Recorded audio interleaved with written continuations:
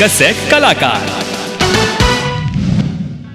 Cassette कलाकार में एक बार फिर आप सभी का स्वागत है और इस पॉडकास्ट में हम बात करते हैं बॉलीवुड जगत की कुछ ऐसी हस्तियों की कहानी जिन्होंने अपने किरदार से दर्शकों का मन मोह लिया। फिर चाहे वो फिल्म का छोटे से छोटा रोल ही क्यों ना हो, उनका रोल दर्शकों के मन में जिंदगी भर के लिए एक अलग छाप छोड़ जाता है।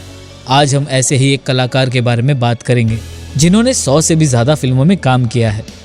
हम बात कर रहे हैं मुश्ताक खान की। मुश्ताक खान का जन्म 1969 मध्य प्रदेश के बालाघाट में साल के आखिरी दिन यानी 31 दिसंबर को हुआ था। मुश्ताक को बचपन से ही एक्टिंग में बहुत रुचि थी। वह जहां भी स्टेज देखते तो उनका बड़ा मन करता कि वह भी स्टेज पर जाकर गाना गाए या ऐसा कुछ करे जिससे लोगों का मनोरंजन हो। और स्कूल में उन्हें यह मौका भी मिला जब वह 7वीं क्लास में पढ़ रहे थे।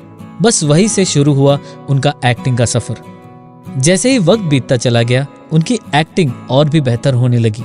उन्होंने अपनी एक्टिंग का हुनर अपने कॉलेज में भी दिखाया। वह अपने कॉलेज के प्लेज और ड्रामा कॉम्पिटिशन्स में हिस्सा लिया करते और उसमें जीत भी हासिल करते। कॉलेज में उनकी एक्टिंग की खूब तारीफ होती और इसी वजह से उन्हें कॉलेज के आर्ट्स एंड कल्चर डिवीजन का सेक्रेटरी बना दिया गया। मुश्ताक की एक्टिंग, उनकी स्टाइल और उनका स्टेज प्रेजेंस देखकर उनके दोस्त और उनके चाहने वालों ने उन्हें सलाह दी कि तुम्हारी जगह इस छोटे शहर में नहीं है, या तो तुम सीधा पुणे FTII चले जाओ या तो सीधा मुंबई। और उनकी सुनकर उन्होंने मुंबई जाने का फैसला किया। पर उनके घर वाले उनके इस फैसले से बड़े नाखुश थे। उनके माता पिता ने तो उन्हें साफ मना कर दिया और कहा कि तुम कहीं नहीं जाओगे, यहाँ रहकर उनके कपड़ों का कारोबार संभालोगे। पर उनके बड़े भाई ने उनका साथ दिया और माता पिता को मना लिया। बस फिर क्या था, 1975 में मुश्ताक निकल पड़े अपने सपने पूरे करने। और उस दौर में भारत में ढेर सारे मनोरंजन के जरिए डेवलप हो रहे थे और उनमें से एक था टेलीविजन। टेलीविजन पर कई चैनल्स आए दिन लॉन्च हुआ करते थे और इसी के चलते मुश्ताक ने काम ढूंढना शुरू किया। मुश्ताक मुंबई तो आ गए थे, पर इसी सिनेमा और टेलीविजन में उन्हें काम नहीं मिल रहा था और उनके पास रहने के लिए कोई जगह भी नहीं थी। मुंबई में उन्होंने रेलवे स्टेशन, फुटपाथ और यहाँ वहाँ किसी तरह कुछ दिन गुजारे। घर वाले उनके लिए कुछ पैसे भेजा करते थे, पर वो पैसे इतने नहीं होते थे जिससे वह मुंबई में अपना गुजारा कर पाए। कुछ महीनों तक ऐसे ही चलता रहा, उन्हें काम नहीं मिला। फिर घर वालों से पैसे भी आना बंद हो गए। घर वाले उन्हें वापस बुलाना चाहते थे, पर मुश्ताक उनसे झूठ बोलकर बात टाल देते। वह ये कहते कि यहाँ उन्हें कोई तकलीफ नहीं है, वे एकदम खुश हैं। मुश्ताक बहुत परेशान हो गए थे। उनके पास ना रहने के लिए जगह थी और ना काम, पर उनके एक्टर बनने की जिद और चाह अटल थी और वो वापस नहीं लौटे। मुंबई में उनके कुछ अच्छे दोस्त भी बन गए थे। उनमें से एक थे चेतन ठाकर। वह एक अच्छे परिवार से थे और मुश्ताक को फाइनेंशियल हेल्प भी करते थे। चेतन का एक गेस्ट हाउस भी था जहां उन्होंने मुश्ताक के रहने और खाने पीने की व्यवस्था करा दी थी। अब मुश्ताक की सबसे बड़ी समस्या दूर हो चुकी थी। उन्होंने अपना पूरा ध्यान काम की तलाश में लगा दिया।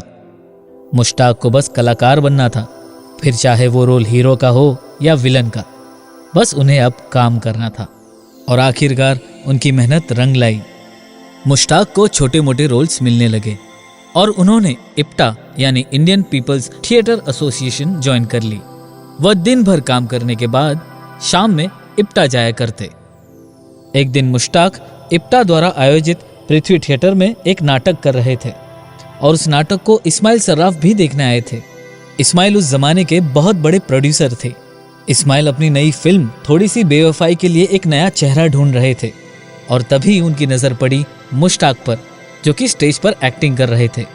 उन्हें मुश्ताक की एक्टिंग बड़ी पसंद आई और उनकी फिल्म में रोल भी ऑफर कर दिया। हालांकि रोल बहुत छोटा था, पर एक बड़ी फिल्म में रोल पाना छोटी बात नहीं थी। इससे शुरू हुआ उनका फिल्मों का सफर और उसी साल उन्हें सईद अख्तर मिर्जा की फिल्म एल्बर्ट पिंटो को गुस्सा क्यों आता है, इस फिल्म में एक छोटा सा रोल ऑफर किया गया और इसी तरह वे छोटे मोटे रोल्स करते गए। पर सही मायनों में मुश्ताक खान की जिंदगी बदलने वाले सलमान खान के पिता सलीम खान थे। हुआ यूं था कि मुश्ताक पृथ्वी थिएटर में ही प्ले कर रहे थे और वहां सलीम खान भी उस प्ले को देखने आए थे। वह मुश्ताक के रोल से काफी प्रभावित हुए और प्ले खत्म होने के बाद उनसे कहा कि मुझसे मिलना। दरअसल सलीम खान महेश भट्ट के लिए एक फिल्म लिख रहे थे जिसका नाम था कब्जा। उस फिल्म में एक कैरेक्टर रोल था जो कि सलीम जी के हिसाब से मुश्ताक पर बिल्कुल परफेक्ट फिट हो रहा था। और फिर उन्होंने मुश्ताक को महेश भट्ट से मिलवाया और उनसे रिक्वेस्ट की कि वह इस रोल के लिए मुश्ताक को ही चुने। महेश भट्ट ने उनकी बात मान ली और परेश रावल के असिस्टेंट का रोल मुश्ताक को ही मिला। और फिर वही हुआ जो इस्माइल सर्राफ और सलीम खान के साथ हुआ। महेश भट्ट को भी मुश्ताक की एक्टिंग भा गई। उनकी आने वाली हर एक फिल्म में मुश्ताक का रोल जरूर होता। उस समय महेश भट्ट की फिल्में बॉक्स ऑफिस पर सुपर डुपर हिट रहती, फिर चाहे वो फिल्म जुनून, सड़क, साथी, गुमराह, आशिकी, हम है राही प्यार के, सर, दिल है कि मानता नहीं, नाराज और ऐसी कई महेश भट्ट की फिल्मों में मुश्ताक को देखा गया। और ऐसे ही कैरेक्टर रोल्स निभाते निभाते उन्होंने 100 से भी ज्यादा फिल्मों में काम किया। मुश्ताक खान आज भी टेलीविजन पर और फिल्मों में काम करते हैं।